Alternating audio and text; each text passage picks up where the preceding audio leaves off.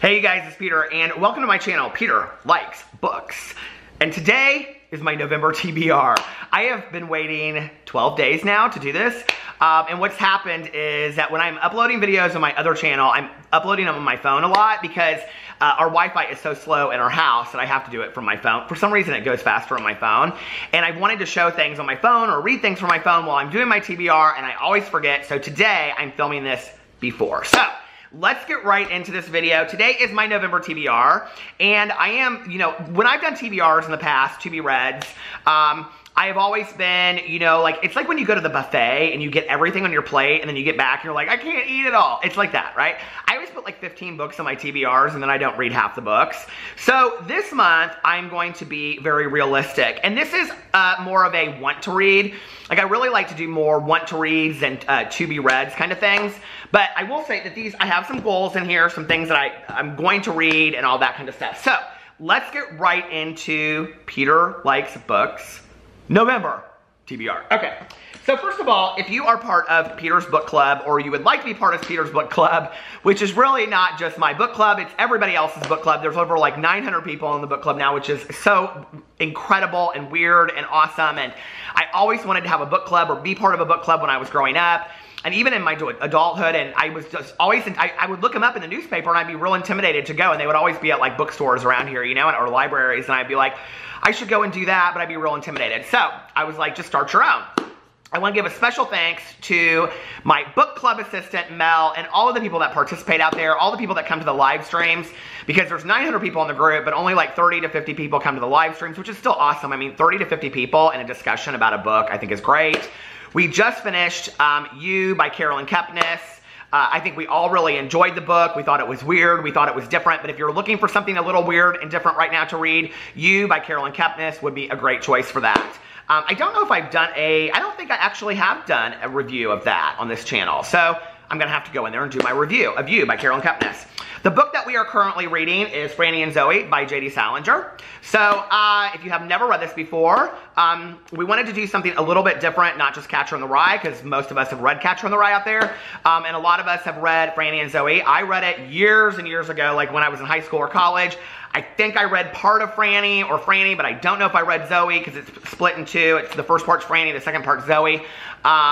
And it's very short, and if you want to read something by J.D. Salinger, and I don't know, be at a dinner party and act real bougie and be like, have you ever read Franny and Zoe? The funny thing about this is that this book was actually referred to, and J.D. Salinger was actually referred to in the book You by Carolyn Kepnes. So you can read that with us if you want to.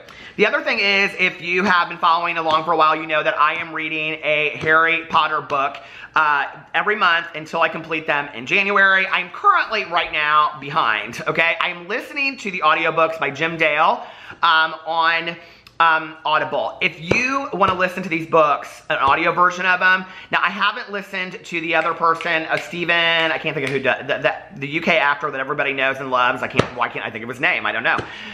Steven, oh shoot. Anyway, I don't know about his, but the Jim Dale versions are incredible. I was going to say amazing. Incredible. They're incredible. They're really, really good. And they're so fun to listen to, and I'm having such a great time. But these books are lengthy as hell. I'm currently reading Goblet of Fire, which was the October book for Harry Potter.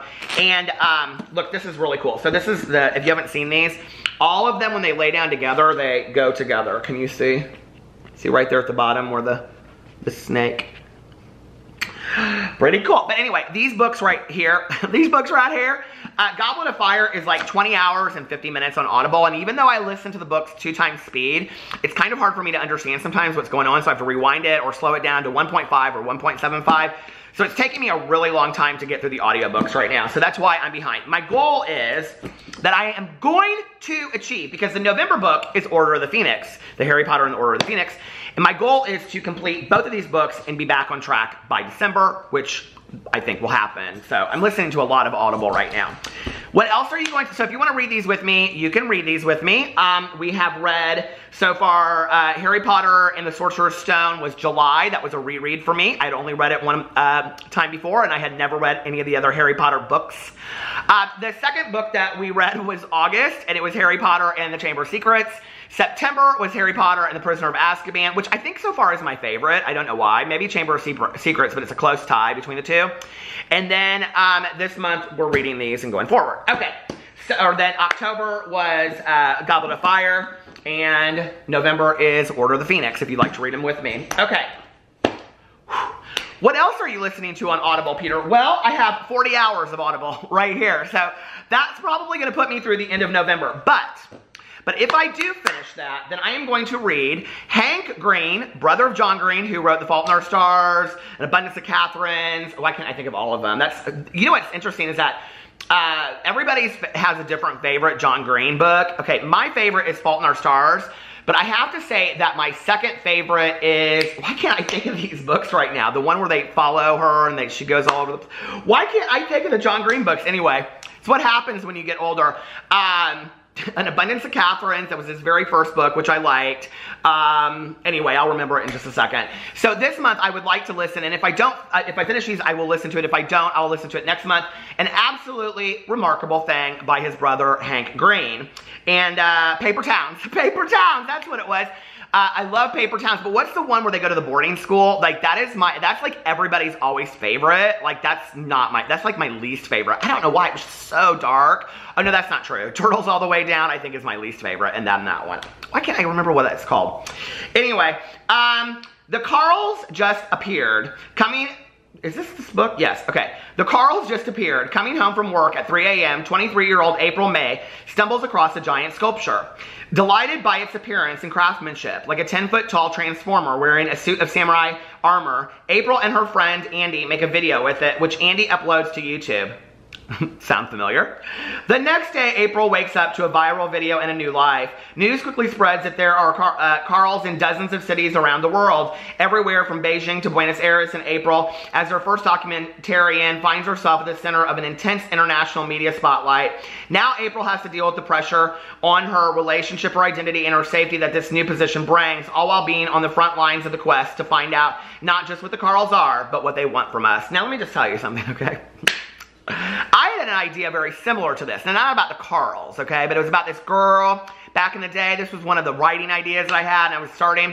I even talked about this on my vlog, about this girl that she had to do this video for a class, and then she did it, and she woke up the next day, and it went viral, and all this kind of stuff. Very similar to that. Do you think I could have been the next Hank Green? But I'm not. So anyway, okay, that will be the third audiobook that I will listen to this month if I get done with the Harry Potter books. Okay. Let's put those over here, Franny and Zoe. Now, I'm trying to catch up with some books. I still have not finished The Invention of Hugo Cabret by Brian Selznick. This book is huge, but it's beautiful. I probably could finish it in, I don't know, an hour or two, because it's mostly pictures. Here, I'll show you. If you've never seen it before, beautiful pictures, beautiful, beautiful pictures. If I actually sat down and finished it, I could probably get it done in an hour or two, but I haven't. So I want to finish that this month. Now, we're going to save the best for last. Every month going forward, I'm going to try to read one self-help book and talk about it on this channel. I want to pick self-help books that aren't like, I don't know, super, super deep or whatever. You know, the books that I read on like my Purisms channel, like the meditation books, Codependent No More by Melody Beatty, things like that, I'm going to leave over on that channel. But I'd like to pick books that I think anybody could pick up, that you could find at Walmart, Meijer, Target, those kinds of places, online, Amazon, you know, whatever. And that I think would make good graduation gifts, Christmas gifts, birthdays, whatever. This month, with the price tag of $13.50, it's still, I can't get it off, from Meijer, is the #1 New York Times bestseller, Admiral William H. McRaven, U.S. Navy retired. Make Your Bed, Little Things That Can Change Your Life and Maybe the World. I've heard really great things about this book, so let me read the inside of it to you. If you want to change the world, start off by making your bed. On May 17, 2014, Admiral William H. McRaven addressed the graduating class at the University of Texas at Austin on their commencement day. Taking inspiration from the university's slogan, "What starts here changes the world," he shared the 10 principles he learned during Navy SEAL training that helped him overcome challenges not only in his training and long naval career, but also throughout his life. And he explained how anyone can use these basic lessons to change themselves and the world for the better. Admiral McRaven's original speech went viral with more than 10 million views. Building on the core tenets laid out in his speech, McRaven now recounts tales from his own life and from those of people he encountered during his military service who dealt with hardship and made tough decisions with determination, compassion, honor, and courage. Told with great humility and optimism, this timeless book provides simple wisdom, practical advice, and words of encouragement that will inspire readers to achieve more even in life's darkest moments. And I think it sounds fantastic, so I'm real excited about reading that book. Okay, now, I have bad-mouthed James Patterson books on here for 2 years. Let's talk about my history with James Patterson real quick. And I'm thinking about doing a whole video about this, actually. And I'm thinking about starting a little read-along on here, James Patterson read-along. If you like that idea, put it in the comment section below and let me explain to you why. When I went to college, my undergraduate degree is in creative writing and film studies, and I read classics. Southern literature was my area of focus. You know, I also took a lot of women's lit classes, things like that. I was read out like crazy on the things that I was supposed to read, right? So I graduated from college, and I wanted to, and that was also when I was in early sobriety, and I would go to meetings and work, and I just wanted to escape out of my mind. So, out of my mind. So my best friend Tanya and I, back in the day, you know, we would go to the grocery store late at night after going to a 12-step meeting or whatever, and we would buy books. We would see them there, like the newest James Patterson, and I would buy it, and I would come home and make coffee and sit down, and I would just read it straight through, right? And I would get so excited, and it would help me escape. Now, back in those days, the James Patterson books were things like Kiss the Girls, Along Came a Spider. They were a little bit more in-depth. They weren't formula writing, really, because I think he writes from a formula or has people do it for him, or I don't know what. You can read online. There's like whole workshops about it. But anyway, you know, and like all of his books seem very similar. But I was thinking about it recently because I don't often anymore. I read books that I feel like this Hank Green book looks really intriguing to me. But I also think like, oh, it's Hank Green. It's John Green's brother. You know, God, why can't I think of that stupid book? I know people are shouting it out. Whoever comments first, well, you won. You know, I don't know what you won, but you won something. I know somebody's already posted it at this point anyway and commented on it. Anyway, but... oh, it's like driving me nuts. I'm gonna have to look it up before we get off here. No, who'd care? Anyway, but you know, like I feel like I should read a lot of things like the Hank Brown book. I'm like, it just came out. I want to read it. I want to be on the know. When other people are talking about it, I want to have read it, things like that. So I don't read so much anymore just for escape or just for like, let's sit down and just like enjoy a book and just for fun. You know what I mean? And so I've been talking about it on my vlog recently, and I said that I thought I wanted to start reading some James Patterson. And so people have been recommending books to me. Now, somebody recommended to me, James, I wanted standalones. Well, first of all, where is it? Oh, here it is. I have read a lot of the Alex Cross books. I don't know which ones I have read and which ones I haven't. I could make a good guess about the earlier ones, but the later ones I couldn't.